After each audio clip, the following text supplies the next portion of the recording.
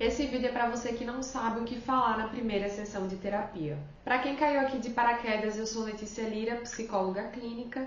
Aqui no meu canal eu falo sobre livros, filmes, psicologia, afetos humanos. Então, se alguma dessas temáticas te interessa, aproveita para se inscrever no canal, ativar as notificações, porque toda semana eu coloco um vídeo novo aqui para vocês com todo o carinho do mundo. Eu já perdi a conta de quantas vezes algum paciente já chegou aqui no consultório confessando que não sabia muito bem por onde começar ou o que falar nesse primeiro momento. E eu sei que essa dúvida é realmente muito frequente e acontece bastante, porque apesar da gente estar discutindo mais sobre saúde mental e de ser algo muito em voga desde a pandemia, ainda assim existe um tabu, existe um certo mistério sobre o que acontece entre as quatro paredes da terapia e do processo psicoterapêutico. Então vamos juntos agora, de uma vez por todas, desmistificar como é a primeira sessão de terapia.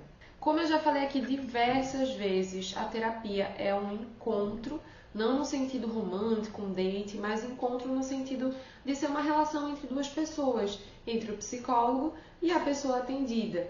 E a terapia ela vai muito no sentido do psicólogo ajudar o paciente a se conectar consigo mesmo ou consigo mesma, no seu ritmo, a entender de forma bem resumida como ele se porta, o que ele sente, o que ele costuma pensar e como esses três aspectos influenciam diretamente nas suas decisões, na maneira como ele enxerga a sua vida e nos seus relacionamentos. Ou seja, apesar da terapia ser muito vista hoje em dia como algo que traz um alívio, né, que traz um bem-estar, uma transformação, na verdade, um dos objetivos principais da terapia é trazer mais consciência para a pessoa que está sendo atendida, é trazer uma visão mais realista, mais próxima da realidade em relação à vida desse paciente, para então, consequentemente, esse paciente poder ter um modo de vida, né, um modo de ser mais saudável, que providencie, que proporcione uma qualidade de vida melhor, um bem-estar para ele ou para ela. E para que essa consciência também proporcione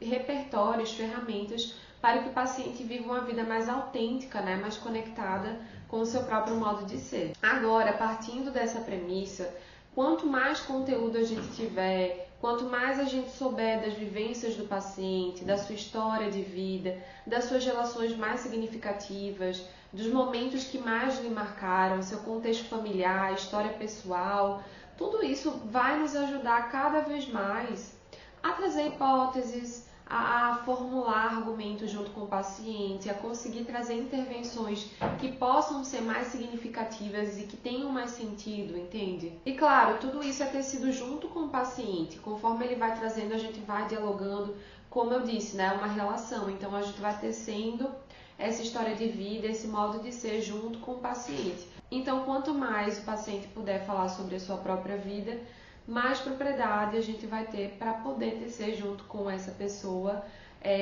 o modo como ele age diante da vida e o modo como ele vê a sua própria existência. Por isso que no início, quando a pessoa que chega para o nosso consultório não sabe muito bem por onde começar, como se direcionar, a gente pode traçar perguntas voltadas para a anamnese, por exemplo, que tem perguntas como a profissão, o histórico de vida, se teve algum tipo de doença ou não, né? Quais são seus hobbies, o que a pessoa busca como objetivo de vida, né? Como é que é a relação dela com sua família. Então a gente busca essas perguntas básicas, mas isso nem de longe é enrijecido. Claro que isso vai depender de cada abordagem psicológica, vão ter vertentes que se inspiram numa postura mais direcionadora, né? Numa postura mais categorizada do que vai ser perguntado e o que deve ser respondido nas primeiras sessões, mas não é algo enrijecido, não precisa ser algo enrijecido, pelo menos na perspectiva que eu atuo. Como eu disse anteriormente, é algo construído junto com o paciente. Então, se ele chega falando sobre algo que ocorreu no dia anterior, a gente pode questionar mais sobre esse ocorrido, questionar mais sobre como isso influencia na sua vida como um todo, quem são as pessoas que fizeram parte dessa situação, ou que decisão que está aí em pauta para que isso influencie na vida do paciente, como é que ele se sentiu perante isso, quais são os medos e preocupações presentes naquele momento. Então, entende que é um jogo que constitui dois olhares, duas percepções, que vai sendo tecido com as 4 mãos e não apenas a partir desse lugar do psicólogo de estar sempre conduzindo a todo custo. Falando de uma forma mais concreta, se você está se questionando o que você vai levar para a primeira sessão de terapia, você pode se questionar: quais são os medos mais presentes na tua vida hoje? Quais são as maiores preocupações? Existe alguma indecisão? Existe algum conflito que você está vivenciando? Algo que esteja no teu pensamento frequentemente, mesmo que seja algo aparentemente não tão grande, não tão decisório na tua vida? Existe algum sintoma presente que está no teu cotidiano e que termina desgastando esse cotidiano? Como dificuldade para dormir, ansiedade, como palpitações, né, cansaço, sobrecarga, sensação de esgotamento mental, sensação de tensão no corpo, né, de dores musculares, dores de cabeça.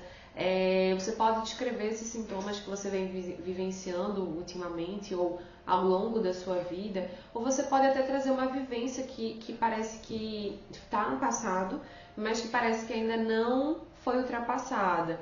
Frequentemente você vivencia esse passado, parece que você ainda não conseguiu superá-lo, então você pode trazer essa vivência. Ou se você não consegue pensar em nada que está te afetando ultimamente, você pode falar sobre como foi o seu dia nas últimas 24 horas, como é que é a tua rotina, o que você costuma fazer, né?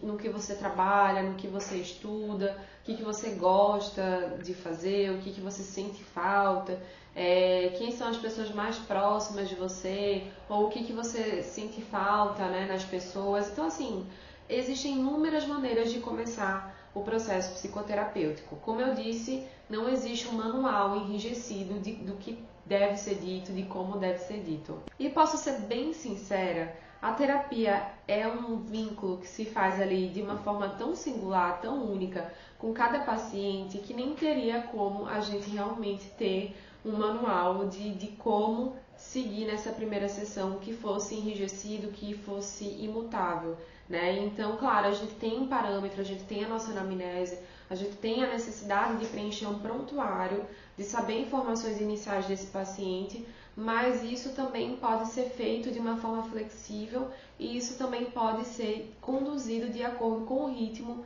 desse paciente. Se você está preocupado com o que falar na primeira sessão, fica tranquilo, porque seu psicólogo ou sua psicóloga vai saber conduzir, vai saber te ajudar nesse processo. O importante é saber que esse espaço vai ser exclusivamente seu, em que você vai poder falar coisas que não vão sair dali, que você tenha completa garantia do sigilo, e que a proposta da terapia é justamente poder se expressar de uma maneira que você não tenha oportunidade em outros ambientes ou com as pessoas que estão no seu entorno. Que você possa reclamar, que você possa xingar, claro, não o terapeuta, mas xingar a vida, xingar as outras pessoas, enfim, mas que você possa construir ideias, desconstruir, elaborar, falar do jeito que você quiser. Então, a proposta é justamente você poder ser, né? Simplesmente ser ali e não estar sempre vestindo uma máscara, performando, né, para alguém. Faz sentido para você? Coloca aqui nos comentários se você também enxerga dessa maneira, se você sente isso, ou conhece alguém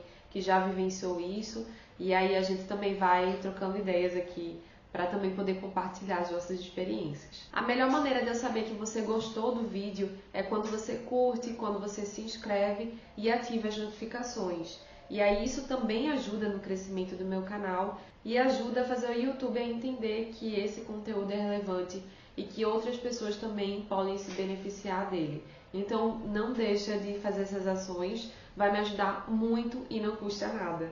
Até o próximo vídeo.